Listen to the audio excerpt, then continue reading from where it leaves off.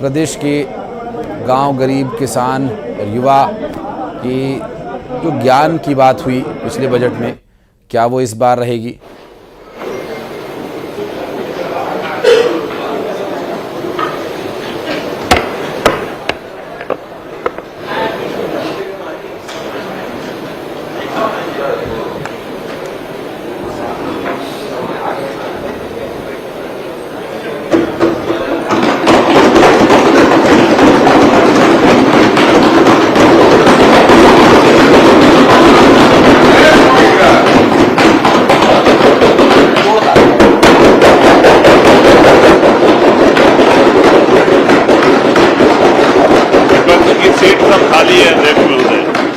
Budget अभी पेश नहीं हुआ है, पहले ही हौसला खो चुके हैं। बताइए, सब खाली आग्रह कर बुलवाइए।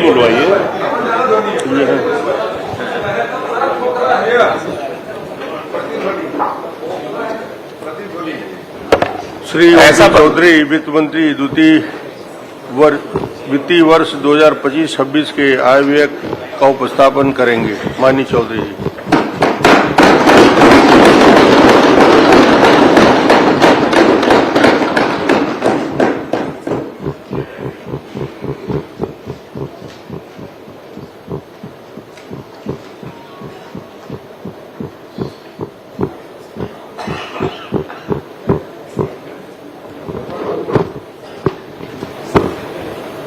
माननीय अध्यक्ष महोदय, सबसे पहले मैं इस बार के इस जो स्पीच है उसके बारे में एक छोटी सी जानकारी आपके माध्यम से सदन को देना चाहता हूं कि हमारे विष्णुदेव साय जी के नेतृत्व में जो सरकार चल रही है उसके दो आयाम हैं अध्यक्ष महोदय, प्रमुख आयाम।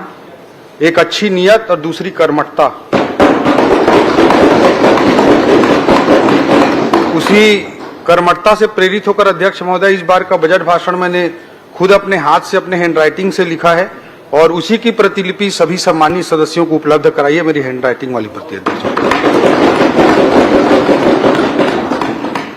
माननीय अध्यक्ष महोदय, हमारे छत्तीसगढ़ के युवा प्रतिभा आशुतोष ने कहा है, कोई जो पूछे शौर्य का पर्याय तो तुम वीर नारायण गुंडाधुर की तलवार लिख देना। कोई जो पूछे शौर्य का पर्याय तो तुम वीर नारायण गुंडाधुर की तलवार लिख देना। कोई जो पूछे समानता का पर्याय तो तुम गुरु घासीदास महान लिख देना। कोई जो पूछे राम राम का पर्याय तो छत्तीसगढ़ी में जय जोहार लिख देना। और कोई जो पूछे चारों धाम का पर्याय तो तुम मेरे छत्तीसगढ़ का नाम लिख देना।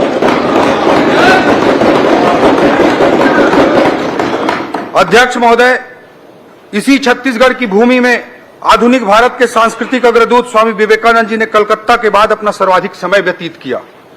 इसी छत्तीसगढ़ की भूमि में रामगढ़ की पहाड़ियों में कालिदास जी ने प्रेम के प्रतीक मेघदूत की रचना की थी। इसी छत्तीसगढ़ की भूमि में मुकुटधर पांडे जी ने छायावाद की पहली कविता लिखी थी और माधवराव सप्रे जी ने हिंदी की पहली कहानी लिखी थी। इसी माटी की माता सबरी ने स्नेह और विश्वास, निश्चल प्रेम ने तीनों लोक के अधिपति श्री राम को जूठे बेर खाने पर परम तृप्ति का अनुभव करा दिया था।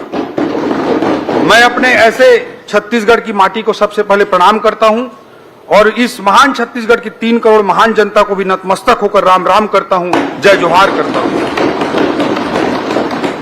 अध्यक्ष महोदय, लोकतंत्र की बुनियाद है भरोसा। विश्वास ही लोकतंत्र का शोक स्तंभ है। पिछली सरकार ने लोकतंत्र किसी विश्वास की हत्या की थी, इसी विश्वास को चोट पहुंचाया था। छत्तीसगढ़ में लोकतंत्र के समक्ष उत्पन्न इसी भरोसे के संकट से पार पाकर हमारी सरकार ने मुख्यमंत्री श्री विष्णुदेव साय जी के नेतृत्व में अपने कार्यकाल के पहले साल को विश्वास वर्ष के रूप में स्थापित किया। अपने कार्यकाल के 1 वर्ष पूर्ण होने पर जनादेश पर्व मनाकर जनता के सामने अपना रिपोर्ट कार्ड प्रस्तुत करने की हिम्मत दिखाई। हमारी सरकार की इन्हीं ईमानदार प्रयासों के प्रति छत्तीसगढ़ की जनता जनार्दन ने बार बार आशीर्वाद देकर अपने अटूट विश्वास को जताया है। चाहे वह लोकसभा चुनाव का समय हो, उपचुनाव का अवसर हो या स्थानीय निकाय के चुनाव में एक तरफा मुहर लगाने की बात हो,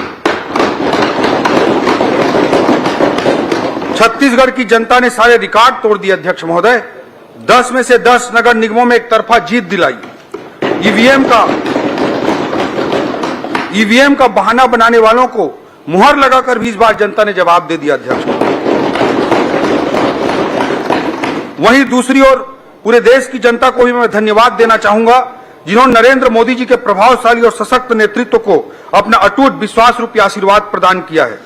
श्री नरेंद्र मोदी जी ने भारतीय राजनीति में बहुप्रचलित एंटी इनकम्बेंसी की अवधारणा को पूरी तरह से धराशायी कर दिया और भारतीय राजनीति और दुनिया के लोकतांत्रिक देशों को एक नया शब्द दिया, वो शब्द है प्रो इनकम्बेंसी का। मोदी जी देश के मात्र दूसरे ऐसे प्रधानमंत्री हैं जो प्रधानमंत्री के रूप में लगातार 3 बार शपथ लिए हैं।